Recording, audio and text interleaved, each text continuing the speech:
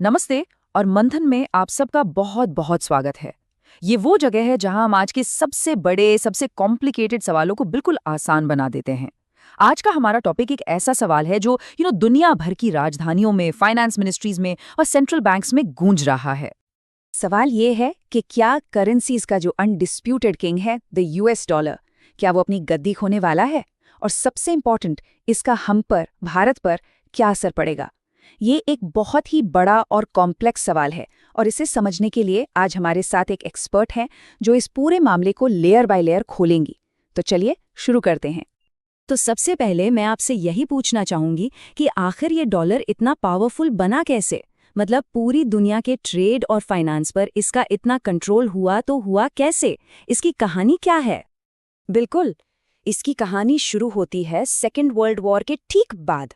सोचिए, पूरी दुनिया तबाह हो चुकी थी और अमेरिका अकेली इकोनॉमिक सुपर पावर था। इसी माहौल में 1944 में ब्रेटन वुड्स एग्रीमेंट हुआ। इसने डॉलर को दुनिया की प्राइमरी रिजर्व करेंसी बना दिया और उसे गोल्ड से जोड़ दिया। ये आप कह सकती हैं डॉलर के राज की ऑफिशियल शुरुआत थी। फिर 1971 में आया निक्सन शॉक, जब अमेरिका ने अचानक डॉलर का गोल्ड से लिंक तोड़ दिया। सबको लगा बस अब डॉलर का खेल खत्म, लेकिन हुआ इसका बिल्कुल उल्टा।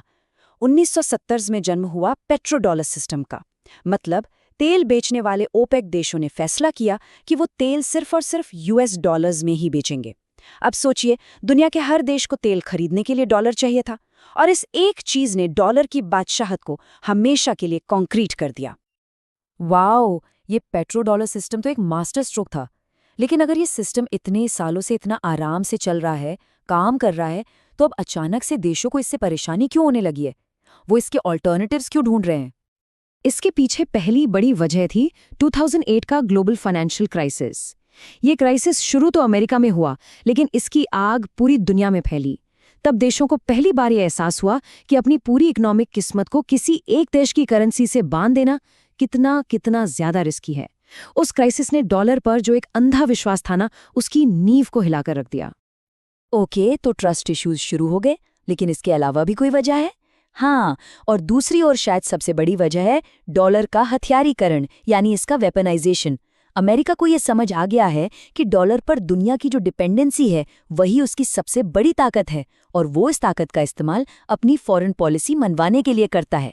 देखिए, ज्यादातर इंटरनेशनल ट्रांजैक्शंस एक सिस्टम के जरिए होते हैं जिसे स्विफ्ट कहते हैं। इसे आप आसान भाषा में इंटरनेशनल बैंकिंग का व्हाट्सएप समझ लीजिए, जो पैसे भेजने के मैसेजेस का एक ग्लोबल नेटवर्क है। और इस सिस्टम पर अमेरिका का जबरदस्त असर है। अगर अमेरिका किसी देश से नाराज है तो वो उसे स्विफ्ट से निकाल सकता है, उसके डॉलर एसेट्स को फ्रीज कर सकता है। मतलब वो देश रातों रात ग्लोबल ट्रेड से अकेले पड़ सकता है। ये तो काफी सीरियस बात है। तो क्या इसका इस्तेमाल हुआ है? बिल्कुल। और ये सिर्फ कोई डर नहीं है, ये हकीकत है। रूस, ईरान, वेनेजुएला, आप स्क्रीन पर देख सकते हैं, इन जैसे कई देशों ने इन सैंक्शंस का सामना किया है। अमेरिका अपने जियोपॉलिटिकल गोल्स को पूरा करने के लिए इन इकोनॉमिक सैंक्शंस का इस्तेमाल एक हथियार की तरह करता है। इससे इन देशों को तो मुश्किल हुई ही, लेकिन दूसरे देशों ने भी ये देखा और सोचा कि अरे, कल को ये हमारे साथ भी तो हो सकता है। बस इसी डर ने डी डॉलराइजेशन की आग में घी डालने का काम किया है। 300 अरब डॉलर, ये तो इतनी बड़ी रकम है कि कई छोटे देशों की पूरी इकोनॉमी से भी ज्यादा है। जब रूस के इतने सारे पैसे फ्रीज किए गए, तो बाकी दुनिया पर इसका क्या साइकोलॉजिकल इम्पैक्ट पड़ा होगा?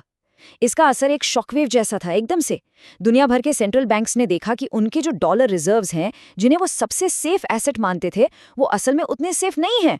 अगर अमेरिका चाहे तो उन्हें कभी भी एक झटके में फ्रीज कर सकता है।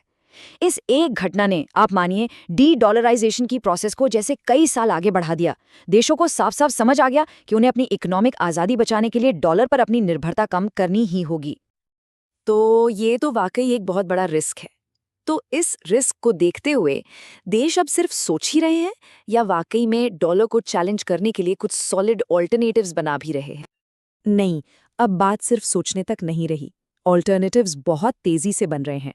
सबसे बड़ा कदम है स्विफ्ट के पैरेलल फाइनेंशियल सिस्टम्स बनाना। चीन का सिप सिस्टम इसका सबसे बड़ा एग्जाम्पल है।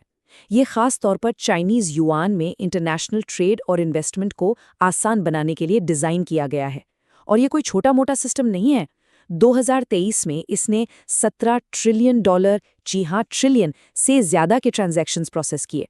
रूस ने भी अपना SPFS सिस्टम बनाया है।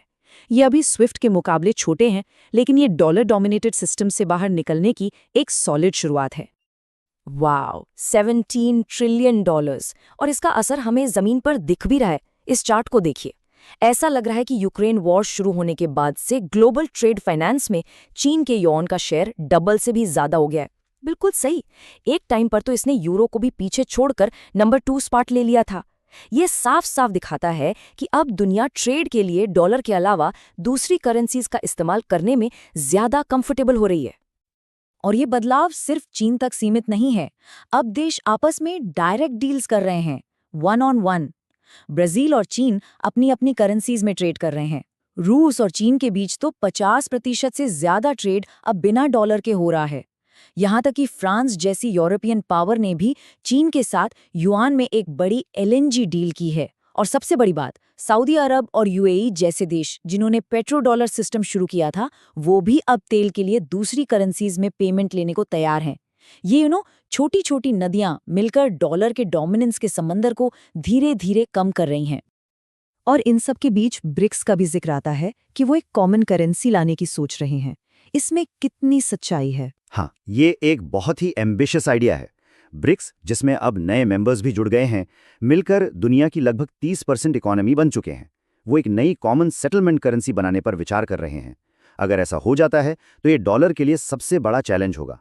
लेकिन इसमें कई बड़ी जियोपॉलिटिकल बाधाएं भी हैं, जैसे कि भारत और चीन के बीच जो टेंशन्स हैं। एक कॉमन करेंसी के लिए बहुत ज़्यादा ट्रस्ट और कोऑपरेशन की ज़रूरत होती है, जो अभी ब्रिक्स देशों में पूरी तरह से मौजूद नहीं है। तो ये एक लॉन्ग टर्म प्रोजेक्ट है, शॉर्ट टर्म रियलिटी नहीं। ये सब बहुत इंटरेस्टिंग है, लेकिन अब आते हैं सबसे जरूरी सवाल पर। इस बदलते हुए ग्लोबल ऑर्डर में भारत का क्या रोल है? हमारा क्या मास्टर प्लान है? क्या हम भी डी-डॉलराइजेशन की इस रेस में शामिल हैं? देखिए, भारत का अप्रोच बहुत ही बैलेंस्ड और कह सकते हैं प्रैग्मेटिक है। जैसे कि ये कोट कहता है, India pragmatic steps to diversify, not disrupt. हमारा मकसद डॉलर के सिस्टम को गिराना या तोड़ना नहीं है। हमारा मकसद है उसके साथ साथ अपने लिए नए मजबूत ऑप्शंस बनाना। भारत समझता है कि डॉलर की जगह लेना आसान नहीं है, इसलिए वो अपनी फाइनेंशियल सिस्टम को US सैंक्शंस जैसे झटकों से बचाने के लिए एक तरह से इंश्योरेंस पॉलिसीज तैयार कर रहा है। तो ये इंश्योरेंस पॉलिसीज हैं क्या? इंडिया की स्ट्रैटेजी क्या है एग्जैक्टली? भारत की स्ट्रैटेजी 2 pronged है, यानी 2 तरफा। पहला है ट्रेडिशनल डिप्लोमेसी, जिसमें दूसरे देशों के साथ बायलैटरल एग्रीमेंट्स किए जा रहे हैं ताकि ट्रेड सीधे रुपये में हो सके। और दूसरा, जो भारत की यूनिक स्ट्रेंथ है, वो है डिजिटल इनोवेशन। हम अपने होम ग्रोन टेक जैसे UPI और रुपये का इस्तेमाल कर रहे हैं ताकि क्रॉस बॉर्डर ट्रांजैक्शंस को आसान और सस्ता बनाया जा सके। ये ट्रेडिशनल डिप्लोमेसी और मॉडर्न टेक्नोलॉजी का एक बहुत ही शानदार कॉम्बिनेशन है। ये सुनने में तो काफी अच्छा लग रहा है। क्या इस पे काम शुरू हो चुका है? कुछ देशों के साथ ऐसी डील्स हुई हैं? हाँ बिल्कुल, भारत ने इस दिशा में काफी प्रोग्रेस की है। हम पहले से ही रूस, UAE, मलेशिया, श्रीलंका और मॉरिशस जैसे देशों के साथ रुपए में ट्रेड के एग्रीमेंट्स कर चुके हैं। और कई दूसरे देश जैसे ताजिकिस्तान, क्यूबा, लग्जमबर्ग और सूडान भी इसमें इंटरेस्ट दिखा रहे हैं। ये नेटवर्क धीरे धीरे बढ़ रहा है और रुपए को इंटरनेशनलाइज करने की भारत की प्लानिंग का ये एक बहुत ही इंपॉर्टेंट हिस्सा है। पर इसके कुछ रिस्क्स भी तो होंगे ना? हर बड़े इकोनॉमिक शिफ्ट के फायदे और नुकसान दोनों होते हैं। जरूर, और इस पर सोचना बहुत जरूरी है। फायदे तो साफ हैं, ट्रांजैक्शन कॉस्ट्स कम होते हैं, हम US सैंक्शन से बच सकते हैं और हमारी जियोपॉलिटिकल आज़ादी बढ़ती है। लेकिन रिस्क्स भी हैं।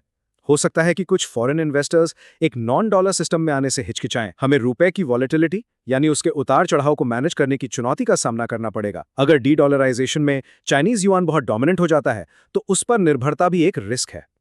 और जो रेमिटेंसेस यानी विदेशों से जो पैसा भारत आता है, उस पर भी असर पड़ सकता है। तो RBI और सरकार इन सभी प्रोज एंड कॉन्स को बहुत सावधानी से बैलेंस करके आगे बढ़ रही है।